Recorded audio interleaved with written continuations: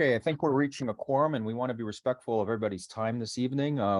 Greetings. Welcome for an hour's worth of talking about midfoot fracture dislocations. We have a very exciting case discussions to hopefully shed light on kind of a nebulous topic. You know, there's certainly a lot of variation among surgeons regarding the treatment of midfoot fracture dislocations, and certainly variations in treatment and variations in indications exist.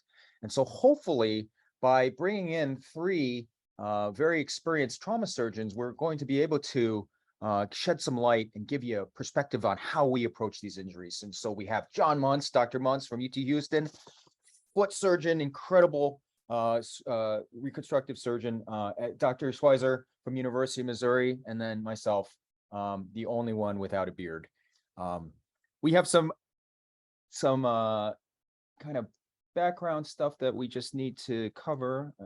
My slide's not going forward. There we go. Thank you. These are our disclosure information regarding our commercial interests. The AO North America is an independent nonprofit surgical specialty society dedicated to improving the care of patients with musculoskeletal injuries. It does not endorse nor promote the use of any product or particular service or commercial entity. And the equipment that we talk about is for demonstration and teaching purposes.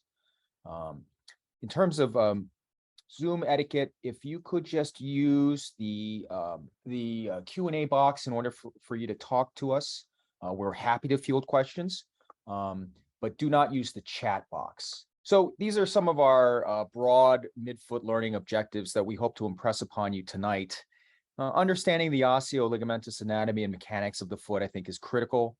Recognizing how treatment is influenced by individual patient characteristics as well as fracture characteristics, and then appreciating surgical strategies and some of the available implant options, which evolve as time passes. So we think about the foot and ankle. I'm sure many of you folks are very familiar with the concept of the quote unquote essential and non-essential joints in the foot.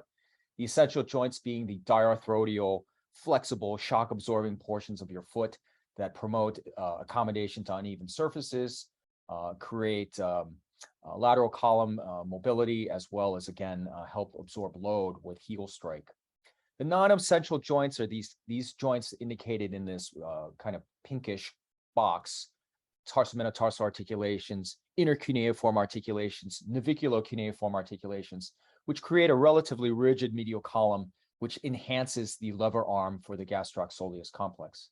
Appreciate the sagittal, or excuse me, the axial anatomy of the arch of the midfoot, as well as the ligamentous strength imparted by dorsal and plantar ligaments. The plantar ligaments being the strongest, particularly of note, the C1-M2 ligament, which binds the medial cuneiform to that of the base of the second metatarsal. And so this is kind of like an archetypal type of reduction and fixation scheme for a midfoot fracture dislocation, this particular patient's midfoot fracture dislocation, where the non-essential joints are secured utilizing, in this particular instance, some trans-articular screws, and then the lateral portion of the 4-5 cuboid articulation, which is flexible, an essential joint, is left unmolested without fixation. That's just some brief background. Let's get to some cases. Dr. Muntz is going to show us some of his open reduction internal fixation examples. Perfect. So I'm going to keep going here. You know, one thing I just want to talk about is, if you like foot and ankle trauma, this is a patient of mine from years ago, but you know, with this particular patient and how cars are designed now, you couldn't imagine the only injury they had other than some abrasions was a Lisfranc injury. And you can just imagine the impact and the axial load. And one thing I think is so very important about midfoot injuries is really understanding and recognizing and really diagnosing the full extent of the injury. So this patient had this particular injury, and this is not something you're going to miss. I mean, this is obvious. This is almost coming through the skin with that fracture dislocation. So, I mean, that's pretty obvious. One thing I want you to think about, you know, most of these injuries involve some amount of abduction and loading. So anytime you have an injury to the midfoot, you know, even the forefoot, I want you to look and see that arc of injury. This particular patient here, you see the arc of injury through the first metatarsal shaft. You have neck fractures of 2 and 3. Then you can see the 4-5 TMT instability with the crush of the cuboid. So always really appreciate the actual plain x-ray and try to understand how the energy went through the particular aspect of the midfoot. You have to have a high degree of suspicion. Some of these, if you're in the office, can be subtle. If you have a referral practice, these can be missed. A lot of times they'll have a misdiagnosis of a midfoot sprain. So really have that high degree of suspicion because you can miss them. This one here is pretty subtle. You see some midfoot break, a little bit of pain to palpation along the medial column. You might just have some swelling, some ecchymosis, and very difficult to examine if the whole entire foot is swollen. Something else, part of that evaluation, be very critical, get stress views, get standing views, get contralateral views. And one thing that was taught to me in my fellowship is remember that midfoot injuries run in gangs. And what I mean by that is it's very, very rare to have just one point of instability. And also beware of associated fractures and more proximally oriented injuries. One thing I want you to take away from tonight is that if you get a call, if you're a resident and attending whatever level you're at, and someone tells you I have a couple metatarsal base fractures, I'm going to go ahead and send them out.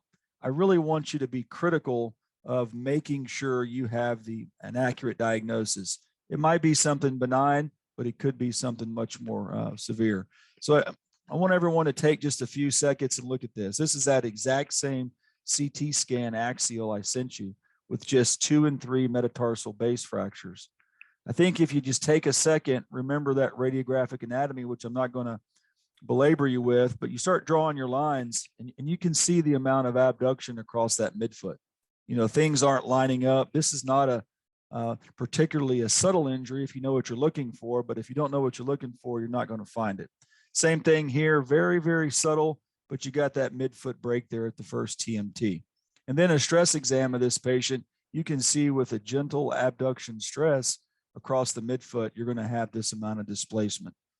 So also something else, cuneiform instability. You can have more proximally oriented instability. And a lot of times we think of Lisfranc injuries as just the tarsometatarsal joints, but I want you to think about the intercuneiform joints. I want you to think about the naviculocuneiform joints and even more proximal. And if you have the opportunity, you have a polytraumatized patient, take the opportunity to stress these patients in the OR if you get that chance. Real subtle injury here if you look at it. This looks pretty benign. Really some base fractures, nothing that out of the ordinary. Foot looks pretty swollen from the soft tissue densities, but this is that foot. It was actually an open medial column. And then if you look at that arc of injury, if you really study this, you can see there before I click to the next slide to show my little highlight, but you have a navicular tuberosity fracture, you have a middle cuneiform fracture, a second base fracture, you have a lateral cuneiform fracture, and then you see where that exits the base of the 5th metatarsal. Really, really subtle. You might not pick this up. Is this significant? Well, in this patient, it was an open injury. If it wasn't open, maybe you can treat this without surgery, but you got to have an effective diagnosis. And when you first look at this CT, you're thinking this looks pretty good, but this is that arc of injury I was talking about. So to get into cases, while we're here, here in Houston, we're a high energy trauma center. So this is, very, very common. Car crash, fall, crush, motorcycle. This is a 23-year-old with a motorcycle accident. And I'm just going to kind of sit here and kind of go through my thought process, kind of a standard issue, midfoot injury. I see there you have first TMT injury, you have disruption of your lines, and then you have fracture dislocations of 2, 3, 4, and 5. Same thing here on the lateral. You see that displacement of the tarsometatarsal joints. This is not a subtle injury. This is pretty obvious. CT scans show that you have base fractures, but you don't have C-type base fractures. You have these partial articular fractures, really with greater than 50% of that metatarsal base that's been preserved. So with this kind of the blue plate special, I think this is a very standard construct, open reduction. We're going to talk about approaches a little bit later, but really visualizing dorsal, medial, and plantar to really make sure you get that first TMT right.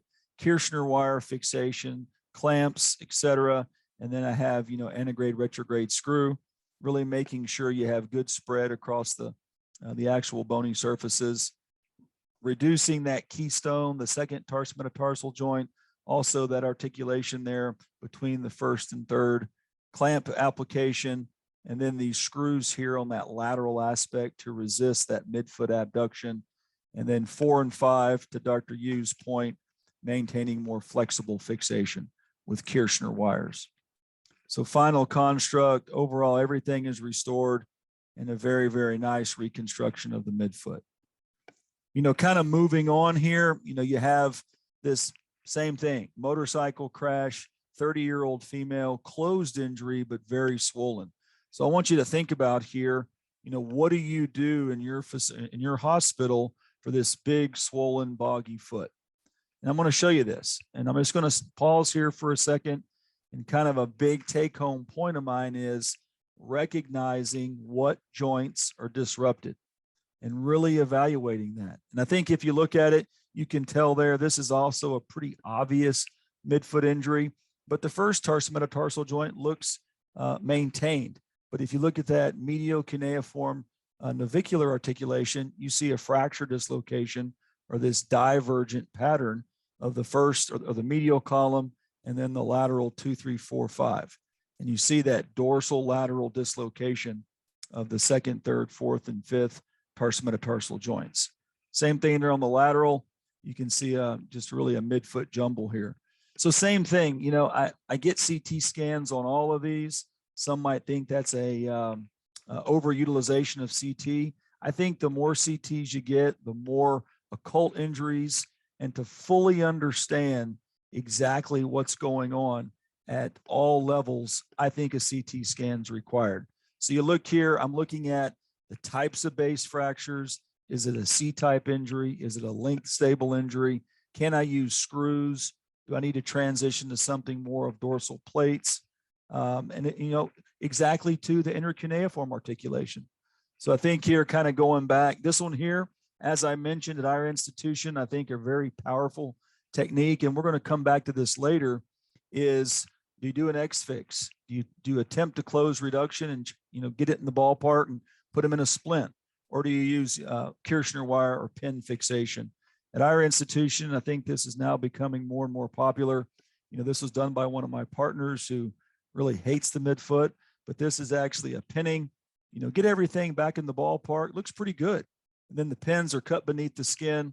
You wait 2-3 weeks, however long the soft tissues take, and then you can come back and go through your overall sequence.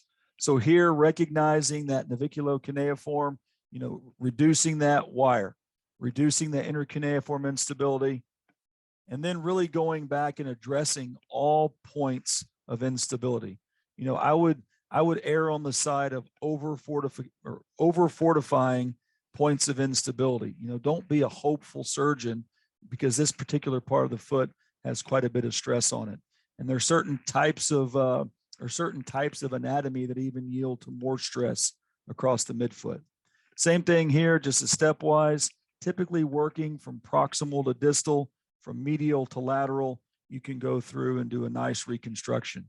You know, one thing I like to point out here, these screws there on the lateral side really resist that versus having a screw maybe going in a different orientation that's trying to hold the second, third, fourth, and fifth tarsometatarsal joint from displacing laterally. Here's something I like to save. You know, we save some of our misses for good education sometimes, but this is me trying to place that third tarsometatarsal joint. And if you haven't dropped your hand enough and you're not, you know, really crashing the forefoot when you're applying these, you can go out plantar. But the forefoot is really, you know, makes these screw applications sometimes a little bit challenging. But correct it, make sure you have it, and then apply the screw. So, you know, kind of the standard, you know, issue here, a little bit different. You see there's no fixation of the first tarsometatarsal joint because there's no instability there. So, you know, obviously making sure you have a effective diagnosis and then an effective treatment strategy. So we're going to move on here. You have same thing, fall, you know, open distal femur. I mean, very rarely are these in isolation. Obviously in a trauma center, they might be attached to a lot of other issues, but just taking a second here, you know, what do you see? And obviously this is a little more maybe not higher energy, but more energy absorbed there through the midfoot. And you see here, you have fractures of the bases. This is really fracture dislocations of all the TMTs. And then you get your CT just for some representative cuts. And what I want you to look at here, from upper left to bottom right, is I'm looking at exactly what's going on at either the base of the metatarsal or the cuneiform. And is this something that can just hold a screw? Well, a screw might not be axially stable, or do you need to go to plates? Well, in this particular patient, really there were base fractures with linked instability across the entire midfoot. So this is one I go to plates. And I've had people ask me, why not just use plates all the time? I think you can possibly use plates all the time, but I would rather you think of, why am I using plates? Because a plate's a surface implant. A plate's going to take maybe more exposure, potentially more infection risk. Things I want you to think about, some of these crush injuries, you can't use that. So in this one, linked instability is an automatic indication, starting the same way, proximal to distal, medial to lateral, plate fixation of the first, second, and third tarsometatarsal joint. We're going to talk a little bit later about applying plates, some pitfalls, some things to look out for, but you can't just say, I'm going to put the plate on. There's some nuances to that you have to for sure follow. But this is just, 1, 2, 3, 4 plates, and then, wires for the 4-5 cuboid articulation that's more mobile. A couple more cases, and then we're going to transition over to Kyle. But, something I've been doing here more recently, and I'll kind of talk to the points of why I do it, but this is a 50-year-old male, car crash, open midfoot with a 1 centimeter medial wound. Similar deal. We're looking at this, looking at the base fractures, looking at all forms of instability. What types of fixation can you use? A CT scan that's going to scroll a couple of times, really showing some base fractures, but overall there's, these are linked stable types of injuries, showing you the sagittal CT. I think in the first TMT, you have an intact base of both, and then 2 and 3, 4 and 5 are, really just very plantar base type fractures. So initially this was open, it was debrided, irrigated, and pinned, exactly like I mentioned. This is one of my partners just doing this. You see the stress exam. Obviously it was, the injury films are pretty obvious, but just to demonstrate the full amount of instability. Pinned, everything looks pretty good here. Took 3 weeks to come back to fix this because of those poor soft tissues. And then you come through, this is just another type of fixation with these staples. These are nitinol staples that have continuous compression. I think the principles are the same. You have to obtain a reduction, maintain a reduction, and apply your implant. Okay, a poorly reduced midfoot is not going to be made up by any type of implant. So that's really a key take-home point. This is just a type of technology that maybe allows a little smaller footprint, a little more technically easy to insert, maybe save some time, but still you can generate a lot of compression. 1 year follow-up, been doing this for probably 2.5 years now, and have a number of patients out, over a year. And, interesting thing, a lot of these fuse even without a formal joint preparation. We're going to talk about that later too, of which patients to fuse and maybe some tips and tricks to a successful arthrodesis. Similar thing here, all ligamentous injury here, bases are intact, pinned initially because of soft tissues. Here, recognizing the intercuneiform articulation, and then just a similar all staple construct over the first through third TMTs. One thing I would say is that now I've been doing an orthogonal application at the first TMT to really provide more stability there, and then kind of standard fixation of 2, 3, 4, and 5. So this are a couple take-home points, then we're going to transition over to Kyle. If I can leave you with a couple things, remember these injuries. It's very, very rarely an isolated base fracture, an isolated metatarsal, injury. It tends to be more. Really seek out that disease, get a CT, get stress fuse, whatever you need. Whenever you're looking at the bases, check out the actual base characteristics. Is it a surface that's link stable? Can I compress across that surface? Or is it something that's going to need bone grafting plating, something more involved. Open injuries, I tend to, really limit surface implants. Check the intertarsal stability. It's easy just to focus on the TMTs, really focus on NC joint, intercuneiform joints, etc. And then I tend to over fortify these, especially the first TMT. So Kyle, we're going to transition to you. I'm going to stop sharing and we'll keep going. I'm Kyle Schweizer from the University of Missouri, and we're going to be talking more about kind of the arthrodesis side of things and how you make that decision. So when you're discussing these Lisfranc or midfoot injuries, sometimes it's hard to have a real discussion on how we should always treat these. And surgeons kind of like, they like algorithms, and they like, well, you should always do something or treat something a certain way. But with these injuries, it's really challenging because they're not all the same. So your resident's going to call you and they're going to tell you that they have a Lisfranc fracture dislocation in the ER, and this is the x-ray you're going to get, or this is the x-ray you're going to get. And so it's really difficult to kind of compare these and give you like a sense of how we should always treat these or what we should do. And so I'll try and give you a little bit of the tips that I use, or the techniques that I use, and when I make these decisions. And so, like, whenever I'm deciding to fuse, what I'm looking for is, can I reconstruct the joint? So is it an unreconstructible joint? Well, then they're probably going to get a fusion, and that goes for if any of them are unreconstructible. So if it's 1, 2, or 3, if I can't reconstruct them all, then I'm not going to try and fix it. If there's a lot of ligamentous disruption, especially when you get into the intercuneiform joints or the navicular cuneiform joint, and if there's any significant displacement, especially along the tarsometatarsal joints, or if they've been out for a long time, then I'll consider fusion, because it kind of denotes a high level of instability and soft tissue disruption.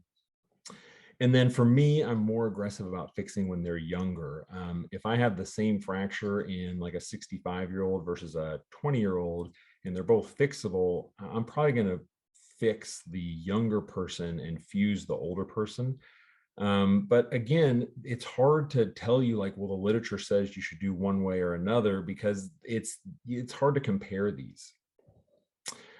And so, like, sometimes it's easy to make a decision. In this situation, if this guy keeps his foot, he's going to get a fusion. But this one, like we showed earlier, maybe not so clear. And so once you make the decision, you're going to do a fusion or anything, what approach are you going to use? So for me, I typically use a single incision approach. It's kind of centered over the second metatarsal, and that gives you access to almost everything you need. The only time I really jump to the dual incision is if I need to plate all the way to the neck of 3, or if I need to access the 4th or 5th tarsometatarsal joint. And then, so if you're going to do a fusion, so when are we going to, like, how are we going to fuse these? So first, I'm going to start by securing the major joint fragments, because you really want a good compressible base if you can get it. You only need about 60% to half of the joint surface intact to compress against. And so I'm really going to try and recreate some of that joint surface. And then you want to take the time to denude the cartilage. And you can do that however you want. I typically use osteotomes, but you can use a saw or a burr. You just have to be careful when you're doing that you don't take too much. And then you really want to understand the anatomy of the joint that you're trying to fuse. There are multiple little small facets throughout the midfoot. So for example, the second tarsometatarsal joint, there's actually 3 small facets on the second metatarsal base alone, because you've got the articulation between 1 and 2, and then the articulation between 2 and 3. And so if you really don't understand that the anatomy, it can be challenging to kind of prep everything appropriately and then reorient yourself to get that proper fixation and reduction. And then, how are we handling the subchondral plate? There's a debate on how much you should take. If you leave too much, it limits your fusion potential, but it gives you a good compressible surface. If you take too much, then it limits the amount of compressive force you can generate over time. And then if you take a lot, you can really shorten everything. And which is fine if you shorten everything equally. But if you say you shorten the second too much, well, then you can cause a transfer metatarsalgia or some other issue. And so it's important to kind of have a balance there. And for me, whenever I'm prepping joints, I tend to be more aggressive centrally, getting past that watershed line to see kind of more cancellous bleeding bone. And then in the periphery, I leave a little bit more subchondral bone and then just fenestrate it with a drill bit. I usually use a drill bit instead of a K-wire because if you think of a K-wire, it'd be more like broaching. You're not really taking any bone away. You're just kind of pushing it out of the way as you put the K-wire through. But with the drill, you're actually removing bone and allowing bone marrow. So I usually use a drill bit, and I avoid kind of K-wire fenestration. And comminution does not preclude you from getting a fusion. It does require longer plates. You do need some kind of structural support. Usually if you bridge a whole area, you're going to have some area that's not going to fuse. And so that can be like iliac crest graft if you have a large defect, or just cancellous chips. And usually if I have a lot of comminution and a long span, then what I'll do is I'll get my reduction and I'll get my metatarsals in a where I think is anatomically the correct position, and then I'll distract it a little bit, like a few millimeters, pack the entire area with graft, and then compress against that. And then that prevents you from over shortening when you're trying to compress against comminution. And then using bone graft or bone substitute really kind of when you have bone loss or significant comminution. And then really a big thing is you need to ensure that you have the proper alignment before you start fusing and fixing everything. And you really want to watch distally. I think it's really easy to get honed in on the midfoot and kind of not focus on the forefoot on your x-ray and when you're looking at things. And when that happens, maybe you get a successful fusion, but you've overpronated the first ray. And so now you're in valgus, or you've got your metatarsals off. And so you're in metatarsus adductus or something like that. And that really causes problems down the road for people when they're ambulating. And so like an example would be with plantar gapping. So if you're not careful and you don't if you're using plates for fusion and you don't contour appropriately, you'll get this plantar gapping that limits your fusion surface, and it dorsiflexes your first ray, which causes some transfer metatarsalgia and a simulated flat foot. And, unlikely you're going to dorsiflex it that much, but it does cause problems and limits your fusion potential. The other would be in this example. So really bad kind of midfoot, forefoot injury. Our fluoro shots look okay, but we really didn't take all the shots we should have. You can see maybe up at the top of that fluoro shot that our sesamoids are a little bit too much in view. And so we have we have hallux valgus and some metatarsus adductus that we've created in this patient. The fusion we set out to accomplish was successful, but maybe we kind of malreduced the forefoot, which causes issues down the road. And so we'll get into a case now about and I'm going to go through my algorithm for a complex reconstruction and kind of a fusion. And so we have a 45-year-old male who is involved in a MVC, and he comes in with this injury. So, multiple joints involved, multiple bones involved. And on the CT scan on sagittal, you can see he's got significant talonavicular involvement. The cuneiforms are involved. You've got fracture dislocations of almost all tarsometatarsal joints. So this is a pretty complicated injury.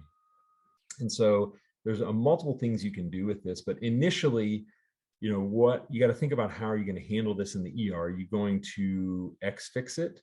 Are you going to try and close, reduce, and pin it? Are you going to splint it?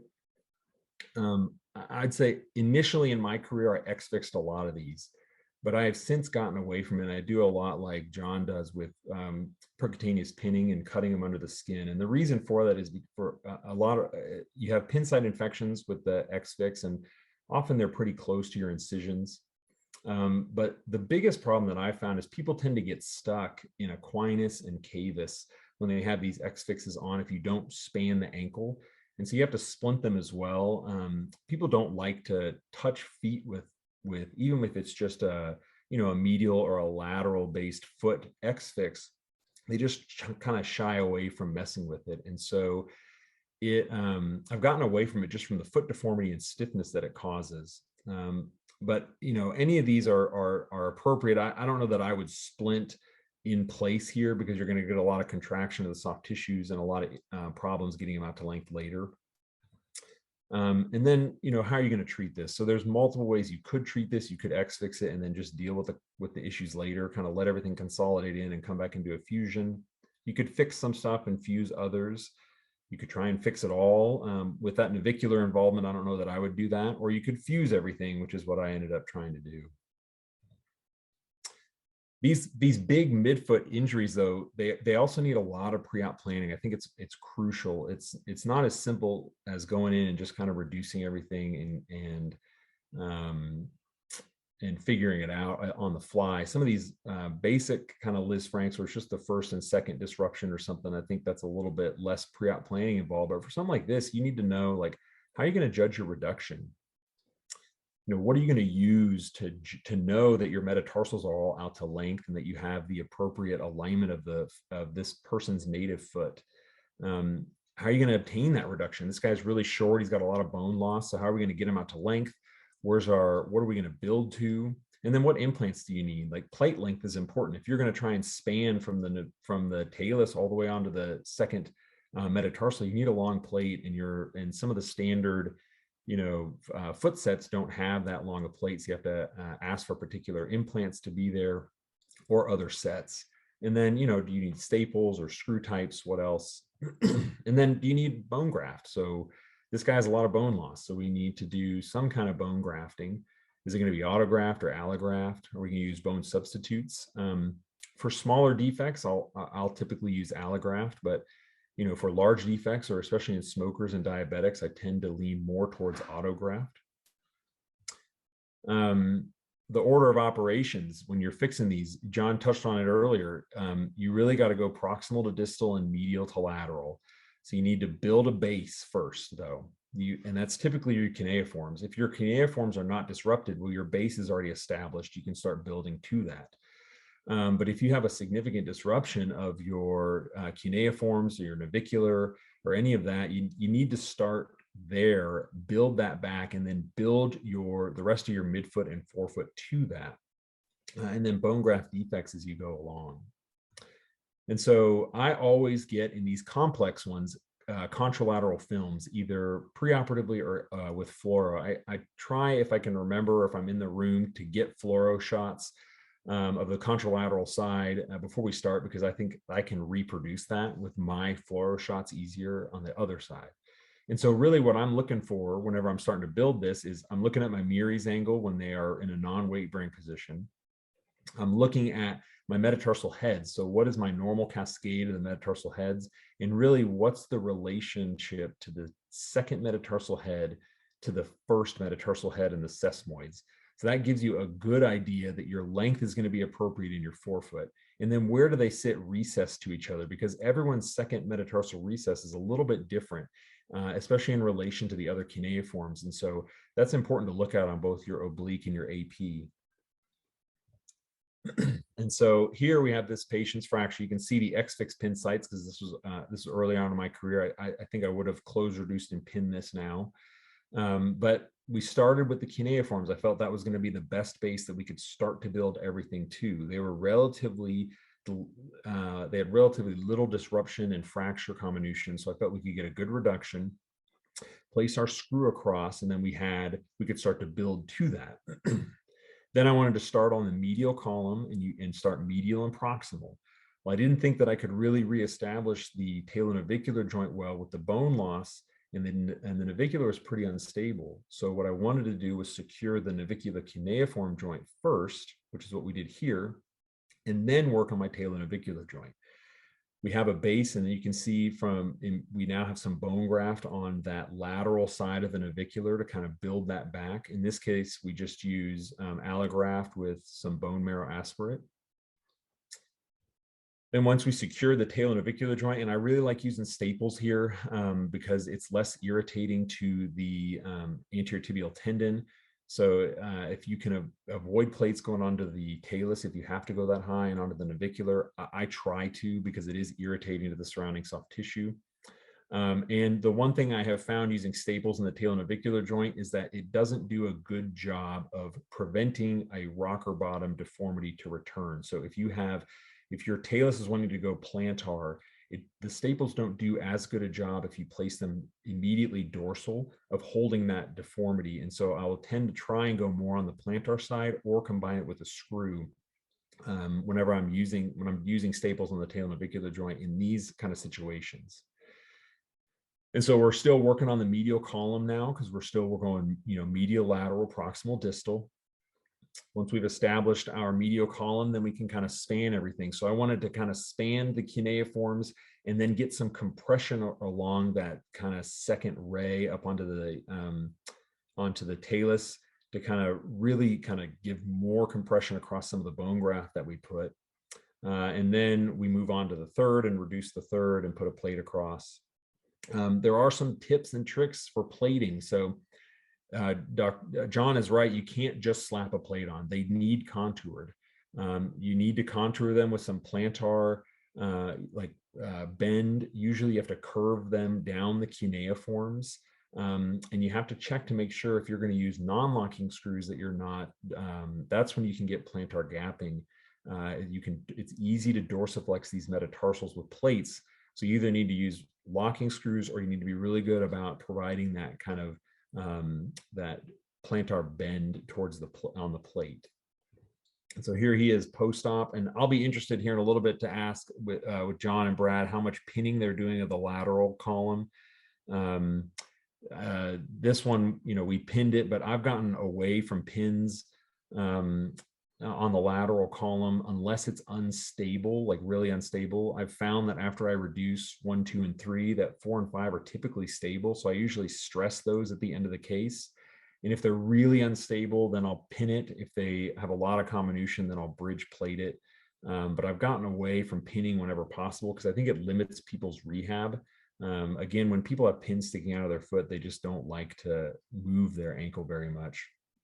And then here he is 6 months out and he's healed.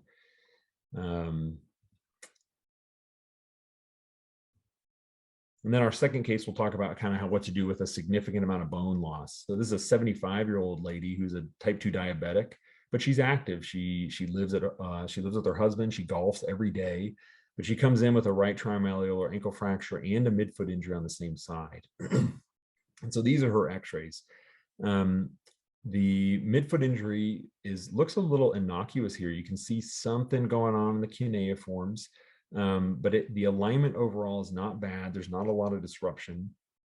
But on the CT scan, we've got the top left is your medial cuneiform, and then you can see the lateral and the cuboid on the bottom right, which those aren't terrible. Those are potentially reconstructible, but then this is your middle cuneiform. So that's pretty significant, especially in a 75-year-old diabetic, right? This is going to be a challenge to reconstruct.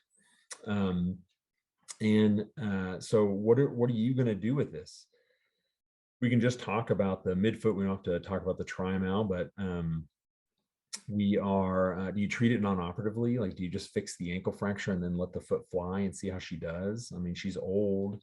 She has diabetes. You don't want to give her a wound complication or infection, but she's active. Do you just pin everything in place, kind of hold it there for a while and let it consolidate and deal with whatever problems come later? Do you just try and fix this? Because really it's just the middle cuneiform. The rest looks okay. Or do you do a fusion? If you're going to do a fusion, how are you addressing this middle cuneiform? Are you going to try and fix some of it and then fuse it? Are you going to use allograft? Are you going to add bone marrow aspirate to that? Are you going to use autograft or some kind of bone substitute? So these are things you have to consider when you get these types of complex injuries, and you have to look at the patient as a whole. Like, you're not going to go to the literature and find the paper on 75-year-old diabetics with crushed cuneiforms, right? That's not going to be there. And so you have to kind of take everything everything as a whole when you're trying to consider how to treat these. And so where are you going to get the autograft if you use autograft? Can you take it from the calcaneus? There are nice little dowels that you can use to take these bone plugs from the calcaneus, but they work really well, but kind of for smaller defects. Do you go from the tibia, distal femur, or do you go all the way up to the crest? So for this lady, she's a 75-year-old diabetic. I really wanted to limit her ability, her risk of a secondary surgery. And so I went to the gold standard of an iliac crest tricortical graft. We went in there knowing that we were probably going to do that. I wanted to see what the defect was going to be when we got in there. And this is before I even started kind of debriding the middle cuneiform. You can see that as we've given her time for her swelling to go down, she's had some resorption already, and she really has no middle cuneiform to speak of. It's really kind of in these, chunks that were easy to take out. And so it was then that I decided that we were for sure going to do iliac crest bone graft, but I prepped it out in anticipation of that. And so we start building the medial column here. You can see I'm checking our Meary's angle. We're getting everything reduced on that side. Then once we start to secure the medial column, because I want to wedge this graft into where the medial cuneiform should be. And so I secure the medial column there. We're checking our reduction. I'm making sure we're not plantar gapping. You can see there that there's no plantar gapping. And then I'm putting in the tricortical iliac crest graft. You can see right that it's fitted in there in that picture on the left. We've got bone in there now. And so I just took I measured, went up top, cut a piece that was a little bit bigger than what I measured so we could wedge it in there and get some compression. And then I took some cancellous autograft to pack elsewhere. And so then we plate. I usually try and compress through the plate with you can use threaded olive wires, and they have a compression device on this system here, but there's multiple ways that you can compress through these plates. And then once we've secured that second ray, we move on to the third. And so here she is at the end. We've packed bone graft. We prepped all the joint surfaces. I took time to get those articular facets between 1 and 2 and 2 and 3 and pack bone graft in there, just really kind of maximize her fusion surface so that we didn't have to go back later to take care of any non-unions or painful issues. So here she is post-op, and then here she is at 1 year. So she's back to playing golf and doing pretty well. So I think we'll now send it back over to Brad. Hey, Kyle, while Brad's getting a transition, there's a couple of questions that I'd like to answer live. In regarding the fusion technique about taking down the cartilage and drilling the subchondral bone, but not shortening. Can you kind of go over that again? There was a little bit of confusion, just, taking too much, shortening versus leaving some to compress against, et cetera. Yeah. So like the problem, if you take all of the subchondral surface, is that you lose some of your compressive forces. And so you don't get, you can't maintain that compression as well. And you can actually shorten through it by over compressing. And people want to get all the way through that subchondral plate. If you do it on both sides, you're going to shorten it a significant enough amount that it could be noticeable if you don't do it evenly across the midfoot. And so whenever I'm trying to prep joints, I try and do a mix where that central portion I'm taking so that there's a good amount of bone marrow, there's blood flow, there's a place for those cutting cones to go across and get that primary healing. But then on the outside edge, I'm leaving a little bit more subchondral plate to provide that stability to really compress hard against it. And then I just fenestrate it with a drill bit so that there's some marrow that can come through. But I'm not taking the whole thing. You can though, so you can take a saw blade and just cut through it and cut straight down, and you can do that. You just have to make sure you're doing it evenly across all of them. And I can tell you that the third, at least for me, the third tarsometatarsal joint can be a little bit more challenging to prepare without shortening, because it tends to be kind of the softest bone in that area. And you can really kind of, if you shorten one of them too much, you can compress 1 and 2, and then you get to 3 and you've got this gap because you've shortened it too much. Or the same with 2. If you shorten 2 by taking too much subchondral bone and you didn't do the same for 1 and 2, then you've got a gap. And so you either have to fill it with bone graft or you have to shorten 1 and 2 again. So I don't know if that answers the question. Got it. No, I think that's good. I think it's just you have to be careful, but I think really drilling that to allow the getting through that subchondral plate's important. Another question I want to ask, and typically on these webinars we get a little short with time, but for rehab, we talk about, do you keep these patients non-weight bearing for 6 weeks, 8 weeks, 12 weeks? Do you put them in a boot? You put them in a cast? Kind of what's your, I guess, cookbook, maybe, Brad, for rehab? Yeah, so my cookbook is usually, it depends upon fusion or open reduction internal fixation, but usually I try to get them touchdown weight bearing so that they have that kind of connection with the ground. I think that's good for neuropathic pain. Usually by 8 weeks, 10 weeks, around there, and then I let them progress their weight bearing over 2 weeks. Okay, and then for fusion, it's different, or It's what? more or less the same. I mean, it depends upon the individual characteristics of the fusion. Like, for example, if you had to put in a bulk autograft, potentially you're going to want to potentially protect that for a longer period of time than if you had excellent compression in the absence of bone graft and you just expect kind of just primary bone healing. Then in that particular instance, I would let them walk earlier than if they had a bulk autograft. Kyle, similar, or are you going rogue and letting them weight bear right away or something crazy? So it is patient specific, some of it. I am a little more aggressive with weight bearing. I use plates to fix all of mine. So I do let them weight bear a little earlier. They are out of a splint by 2 weeks, and I've got them stretching and in a boot at 2 weeks and doing touchdown weight bearing. And then anywhere from 4 to 6 weeks, I let them to start progressive weight bearing. With my fusions, it's usually 6 weeks. I let them start weight bearing. But there are caveats to that, and some of that depends on the overall picture of the patient, like how healthy are they? Do they have a contralateral injury? Like I don't want them to put all of their weight on this extremity right away if they have a contralateral injury. But like if they, if they have a good leg, then I let them start doing partial weight bearing, or weight bearing is tolerated. Diabetics I'll keep off longer. So it is patient specific, but I am more aggressive with weight bearing. I like to weight bear people earlier. It's kind of, my ankle fractures are 2 weeks. Most of my Lisfrancs are 4 to 6 weeks is kind of the longest I'm going to keep them off it for typical traditional Lisfrancs or midfoot injuries, or for healthy people. Got it.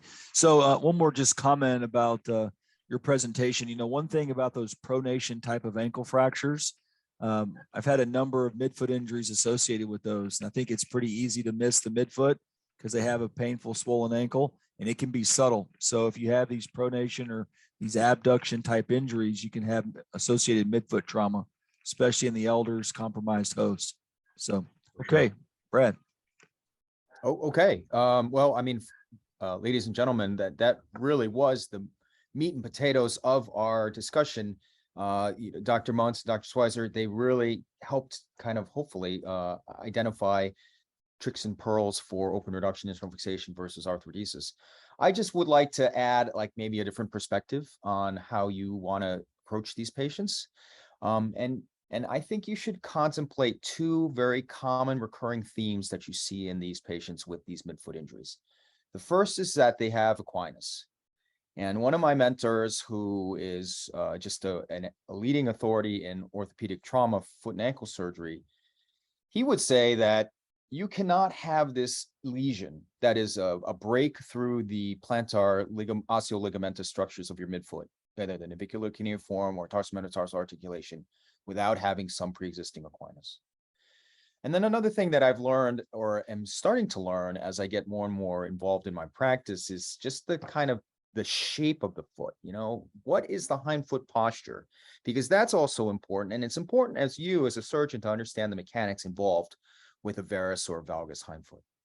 So let's just talk about this 24-year-old lady. She's like a college student. She's like athletic in some sports. She fell down some stairs at a party, and she presents with this, right? And so we look at this injury and we're like, it looks pretty good. And like Dr. Muntz was saying, you have to seek instability. You got to look for injury. And I agree 1000% that you cannot understand the 3-dimensional fracture morphology without getting advanced imaging. And so in this particular instance, we got a CAT scan.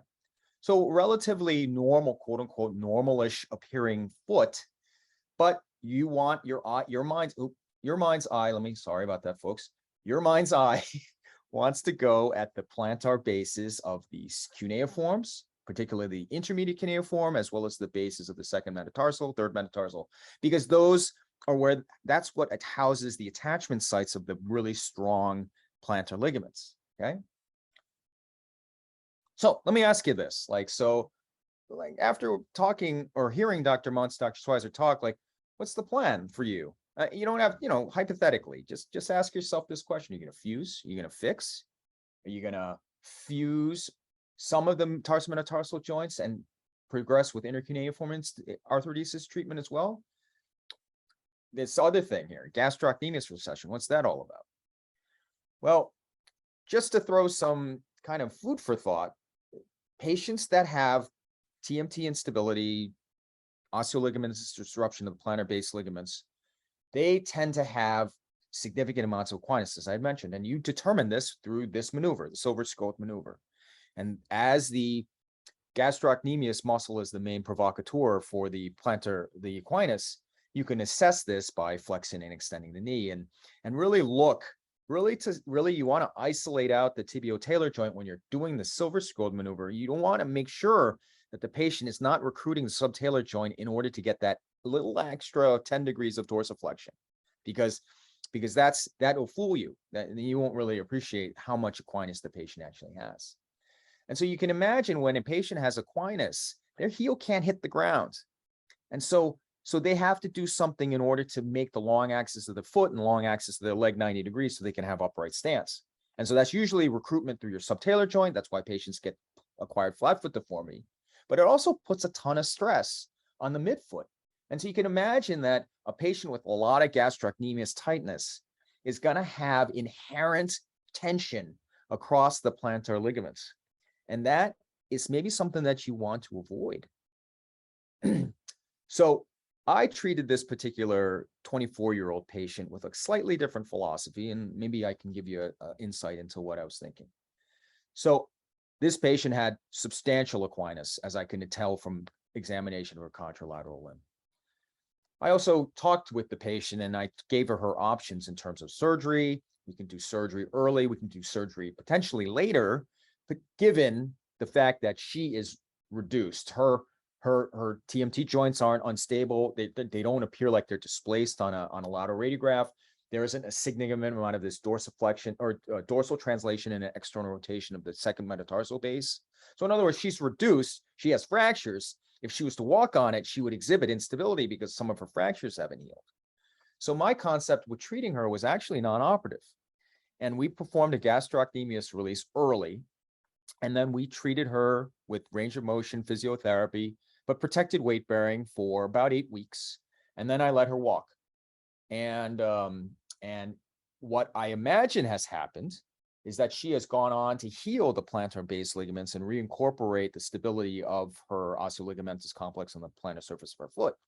Because this is her at 6 months. And she looks like she's doing relatively well. She has no pain. And she is able to do this, which was particularly impressive to me. So some fractures potentially of the plantar ligaments do not necessarily 100% mandate a surgery. I think it's a conversation you need to have with your patient, and then have an understanding of, certainly if there's displacement through these articulations, then that needs to be rectified, has been proven by some prior literature that these joints need to be reduced in order to have improved functional outcome. But if they're reduced, then potentially you can treat them non-operatively, but I protected them with a strayer in order to, again, decrease that amount of force across their foot. Here is another case that I'll get at that I wanted to talk to you about, and that involves, sorry folks, that involves the shape of somebody's foot. So this is a 34-year-old OR tech. I see this gentleman more or less 3 or 4 times a week, and he comes and sees me because he has a history of ankle sprains. He has a history of a lot of foot pain. He had a lot of injuries playing sports growing up, and he unfortunately is involved in a very bad car accident on one of the local highways. And this is not him, but this is what I'm trying to just show you in a very egregious way, kind of what is important for you to assess for these patients. Now, certainly you won't be able to get them patients to be standing always on their affected limb, but their contralateral limb you potentially could see, and you can see the classic lesion that they say, it's seen you, but you haven't seen it. Meaning you're just not necessarily looking for it. And so you want to look for this. You want to see the great, you want to appreciate the varus of the hindfoot. You want to appreciate this peekaboo great toe sign that is indicative of cavovarus. And why do patients have cavovarus? Well, there's multiple reasons. There's a tight posterior tib tendon, but in most patients that we see that are ambulatory, it's because their first ray is plantar flexed. And you can determine this by doing a simple Coleman block test and to see whether or not the hindfoot neutralizes. Now, the reason why I'm bringing up all of this is that one of the compensatory mechanisms that people kind of generate over time because of their plantar flex first ray is they have a lot of first tarsometatarsal instability. And it moves a lot. So you have to appreciate this going in, because when you interrogate these joints operatively, you have to appreciate that some of this motion is physiologic, but you wouldn't necessarily, if you kind of just looking for kind of an absolute, well, it's either moving or not moving, and you don't take the patient's hindfoot into consideration, well, the patient might have actually a lot more trouble if you fuse the first tarsometatarsal joint, which was basically the only way that they were able to really kind of keep their foot flat with their ankle not tilted, their tibial-talar joint not tilted. So this is a gentleman, so he basically has this injury, and it's a foot scramble, and he's got a lot of bad damage in here, and certainly, like Dr. Muntz, Dr. Schweizer were saying, this is displaced. There's a lot of comminution.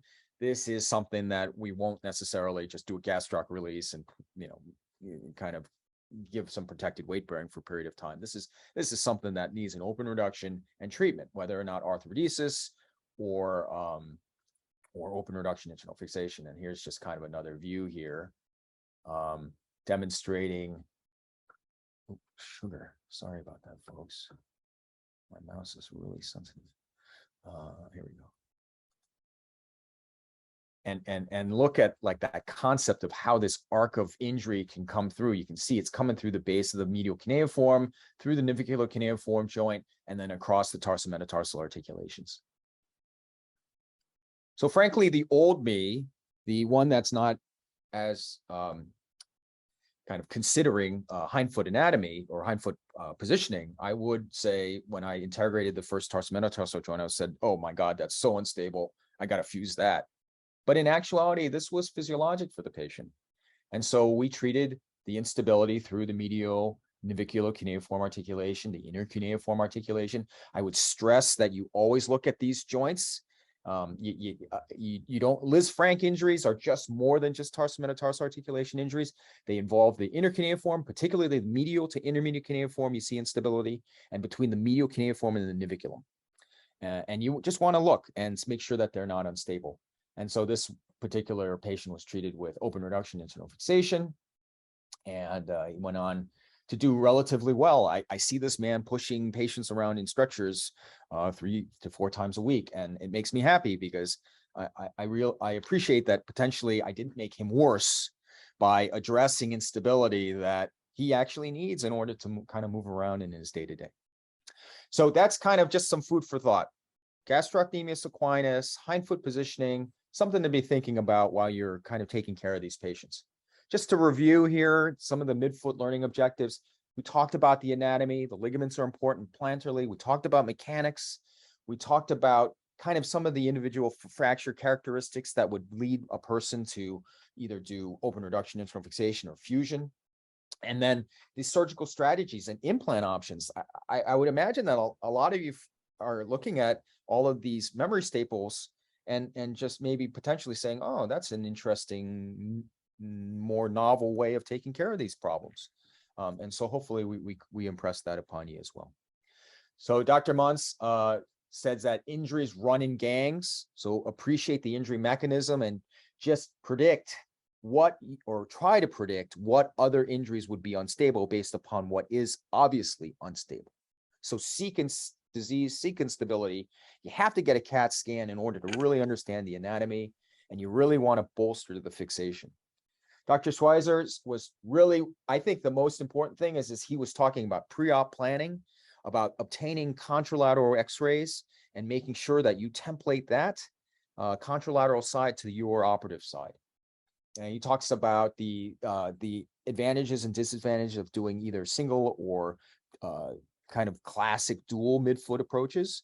And then he talked about how you can utilize certain kinds of tips and tricks in order to fuse ankle joints. And then little old me, I just talked about really look at these patients. They tend to have Aquinas. They actually always have Aquinas, in my opinion, but they tend to have Aquinas. So consider a strayer in order to help offload your fixation, to offload the stress across their damaged foot, and then appreciate your patient's foot shape.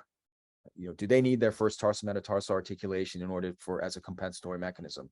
I think that you'll do good service to your patients. That's it, folks. Thanks for sticking with us. It's 9 o'clock on the button. If you have any questions, please feel free to put them in the Q&A and potentially can answer them live. Otherwise, if there's nothing else from our other esteemed faculty, I bid you a good evening.